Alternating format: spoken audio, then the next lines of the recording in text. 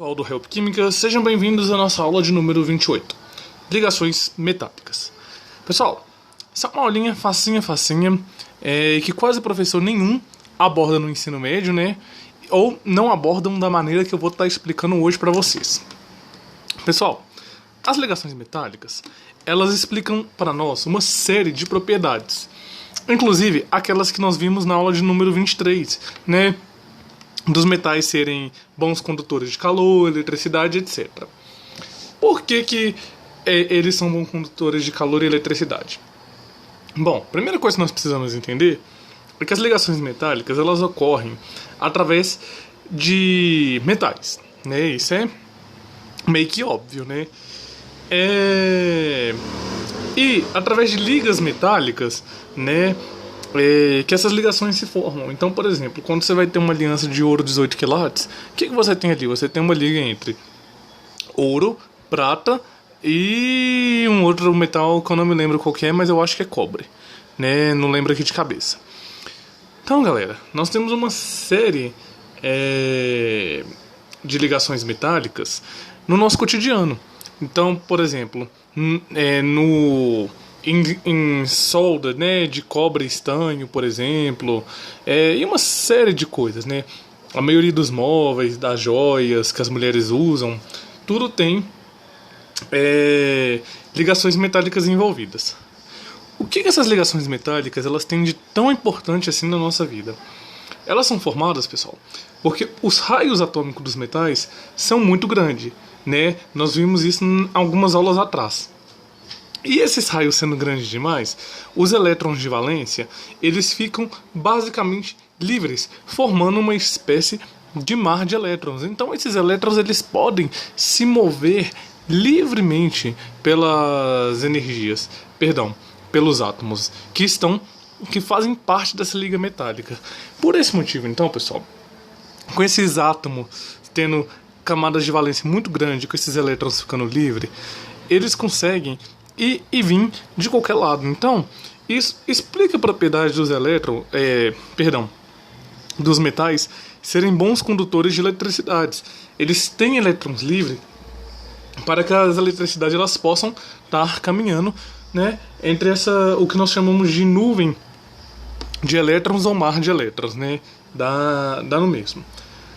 Então, pessoal, basicamente nossa aula seria isso. Nós poderíamos acabar essa aula aqui se essa aula fosse uma aula como o seu professor do ensino médio passa para você. Mas eu vou além. Eu vou explicar por que alguns carinhas, tipos a metais, não têm essas mesmas propriedades do mar de elétrons. Para nós falarmos disso, nós precisaremos falar de um assunto chamado bandas de energia. Que raio de bandas de energia é esse negócio? Eu conheço algumas bandas como Calypso, NX0, né, e entre outras por aí, né? Mas bandas de energia, né, eu vim conhecer no ensino superior de química, né? Essa banda pra mim foi nova. Então, galera, deixando a brincadeira um pouquinho de lado, vamos entender o que são as bandas de energia. Pessoal, banda de energia imaginemos lá os átomos ligados entre si, né? As ligas metálicas, conforme nós estamos vendo aqui em cima, vários prótonzinhos, né? E a nuvem toda de elétron.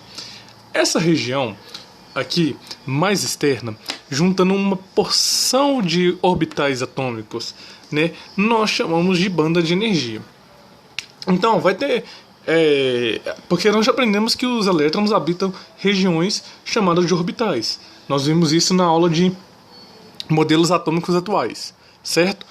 Então, essas regiões aqui, que está toda listradinha, nós chamamos de orbitais. E uma porção de orbitais junto, que nem acontece nas ligas metálicas, nós damos o nome de bandas de energia. Até aí, tranquilo, nenhuma novidade para ninguém, né? Como sempre, quem for fazer ensino superior, nós teremos uma outra definiçãozinha para banda de energia. Mas para ensino médio, para nós entendermos, essa já está legal. Então imagine que essas regiões aqui sejam regiões onde nós temos elétrons.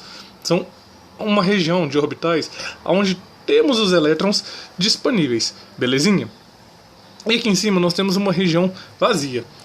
Olha, pessoal, aqui não tem diferença nenhuma entre elas. Simplesmente chegou uma região aqui que vai ter um tanto de orbitais aqui sem elétrons. O que acontece? Não tem um tanto de elétrons aqui embaixo?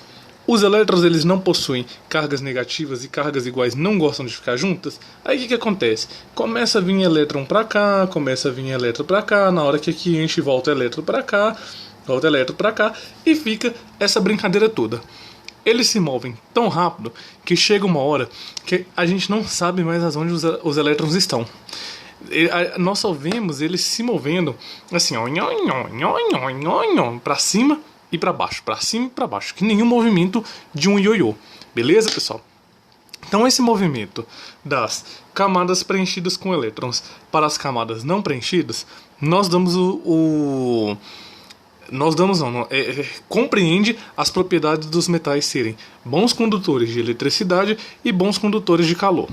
Então vamos supor que o professor de você pergunta lá na prova: explique por que os elétrons são bons condutores de eletricidade e calor. Vocês não vão falar das bandas de energia, porque, como eu falei, isso não é um assunto que é visto no ensino médio.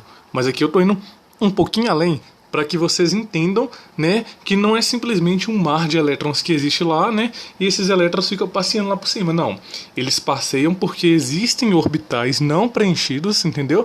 Que compreende esse deslocamento desses elétrons.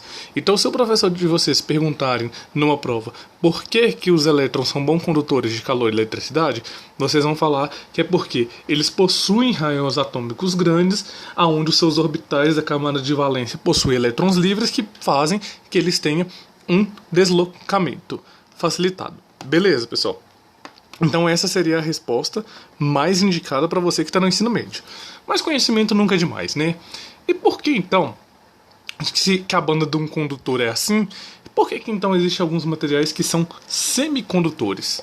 Então, vamos ver aqui agora a banda de um semicondutor e vamos ver como que essa criança funciona.